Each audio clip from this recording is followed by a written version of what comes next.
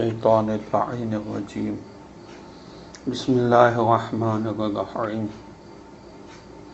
ومن الناس من یشتری لہو الحدیث لیضل عن سبیل اللہ بغیر علم ویتخذها ہزوا اولئک لهم عذاب مہین وَإِذَا تُتْلَى عَلَيْهِ آيَاتُنَا وَلَّى مُسْتَكْبِرًا كَأَن لَّمْ يَسْمَعْهَا كَأَنَّ فِي أُذُنَيْهِ وَقْرًا فَبَشِّرْهُ بِعَذَابٍ أَلِيمٍ إِنَّ الَّذِينَ آمَنُوا وَعَمِلُوا الصَّالِحَاتِ لَهُمْ جَنَّاتُ النَّعِيمِ خَالِدِينَ فِيهَا وَعْدَ اللَّهِ حَقًّا وَهُوَ الْعَزِيزُ الْحَكِيمُ خلق السماوات بغیر عمد ترونها وألقى في الأرض رواسي أن تميد بكم وبث فيها من كل دابة وأنزلنا من السماء ماء فأنبتنا فيها من كل زوج كريم اللهم صل على محمد وآل محمد وعجل فرجهم السلام علیکم ورحمۃ اللہ وبرکاتہ۔ اللہ تبارک و تعالیٰ کا شکر ہے کہ میں نے سورہ لقمان جو قرآن مجید کا 31 نمبر کا سورہ ہے اس کی 5 آیات کی تلاوت کا شرف حاصل کیا۔ آیت کے نشانات ہیں 6 سے لے کر 10 تک۔ آیت نمبر 6 کا ترجمہ یہ ہے: اور انسانوں میں کچھ ایسے بھی ہیں جو بیہودہ کلام خریدتے ہیں تاکہ نادانی میں لوگوں کو راہ خدا سے گمراہ کریں اور اس راہ کا مذاق اڑائیں، ویسے لوگوں کے لیے ذلت میں ڈالنے والا عذاب ہوگا۔ اس آیت کی شان نزول میں روایت ہے کہ نضر بن حارث تاجر تھا، فارس ایران کے علاقے میں سفر کرتا تھا، وہاں کی داستانوں پر مشتمل کتاب خرید کر لاتا، انہیں قریش والوں کو سنایا کرتا اور کہتا تھا محمد صلی اللہ علیہ وسلم تمہیں عاد و ثمود کی داستانیں سناتے ہیں اور میں تمہیں رستم و اسفندیار و بادشاہوں کی داستانیں سناتا ہوں۔ چنانچہ لوگ قرآن کی جگہ یہ داستانیں سنا کرتے تھے۔ یہ تفسیر مجموع البیان میں لکھا ہوا ہے۔ اور لہو الحدیث یعنی لہو ان بیہودہ باتوں کو کہتے ہیں جو انسان کو اپنی ضرورت کی باتوں سے باز رکھے۔ المفردات میں لکھا ہے۔ اور الحدیث کا مطلب ہے خبر، حکایت کلام کو کہتے ہیں۔ لہو الحدیث یعنی بیہودہ باتیں۔ اس آیت میں ان لوگوں کو ذلت آمیز عذاب کی خبر دی گئی ہے جو بیہودہ باتوں کو خرید لاتے ہیں۔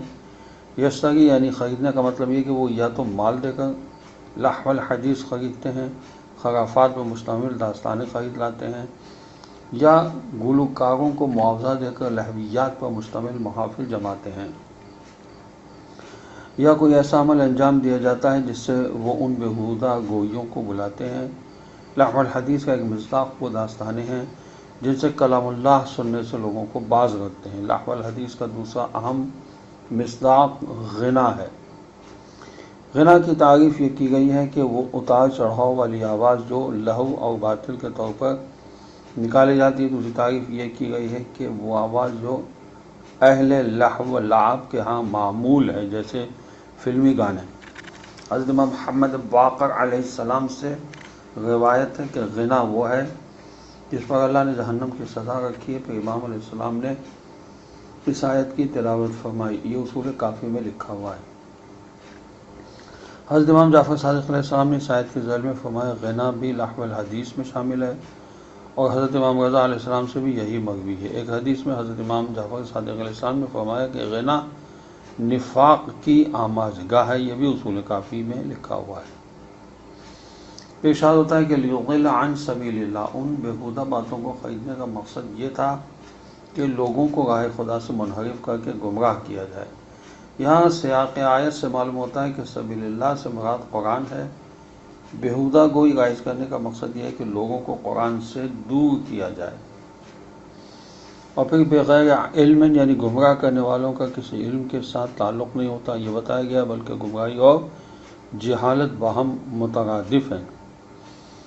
پھر ارشاد ہوا وَيَتَّخِذَهَا هُزُوًا، یعنی بیہودہ باتوں کا دوسرا مقصد راہ خدا سے مذاق کرنا ہے کہ وہ بیہودہ باتیں سنا کر آیت الہی کا مذاق اڑاتے ہیں، یا تخذہا میں ضمیر سبیل کی طرف ہے۔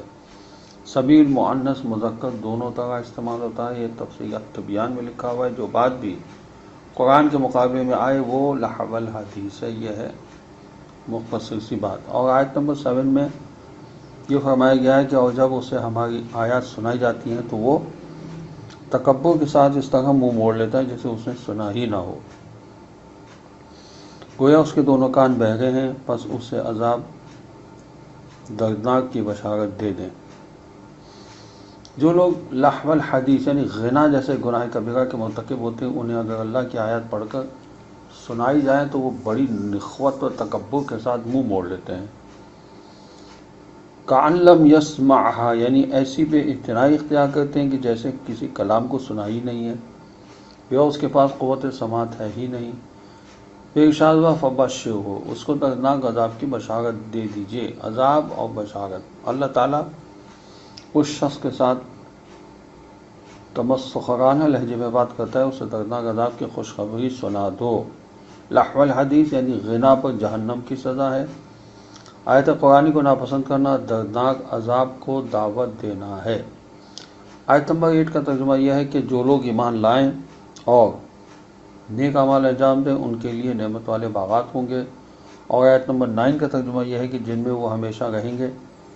جو اللہ کا سچا وعدہ ہے وہ بڑا غالب آنے والا حکمت والا ہے۔ بیہودہ گو لوگوں کے مقابلے میں اہل ایمان ہیں جو عمل صالح سے اپنے ایمان کا ثبوت بھی پیش کرتے ہیں، ان کے لیے جنت کی نعمتوں کی فراوانی بھی ہے، یہ فراوانی ابدی ہوگی۔ وعد اللہ حق، یہ اللہ کا وہ وعدہ برحق ہے جس کی کسی عذر کی وجہ سے خلاف ورزی نہیں ہو سکتی۔ چنانچہ وعدہ کرنے والا عزیز ہے، بالادست غالب آنے والا ہے، کسی غلط فہمی کی بنا پر وعدہ نہیں فرمایا، وہ حکیم ہے۔ آیت نمبر 10 کا ترجمہ یہ ہے کہ اس نے آسمانوں کو ایسے ستونوں کے بغیر پیدا کیا جو تمہیں نظر آئیں، اور اس نے زمین میں پہاڑ گاڑ دیے تاکہ وہ تمہیں لے کر ڈگمگا نہ جائیں، اور اس میں ہر قسم کے جانور پھیلا دیے، اور ہم نے آسمان سے پانی برسایا، پھر ہم نے اس زمین میں ہر قسم کے نفیس جوڑے اگائے۔ تمید مید سے ہے یعنی زمین کی طرح کسی بڑی چیز کا مستر ہونا، اور بساسا کے معنی کسی چیز کو متفوق اور پراگندہ کرنا کہیں۔ کریم ہر اس چیز کو کہتے ہیں جو اپنی ہم نوع چیزوں میں سب سے زیادہ قابل ستائش ہو۔ اب جو آیت میں ہے کہ خلق السماوات بغیر عمد ترونہا، آیت کی اس جملے کی تشریح کے لیے سورہ طٰہٰ آیت نمبر 2 کی طرف رجوع کیا جا سکتا ہے۔ وَأَلْقَىٰ فِي الْأَرْضِ رَوَاسِيَ یعنی آیت کی اس حصے کی تشریح کے لیے ملاحظہ فرمائے سورہ نحل کی آیت نمبر 15 اور سورہ انبیاء کی آیت نمبر 31، سورہ نبا کی آیت نمبر 7 بھی دیکھی جا سکتی ہے۔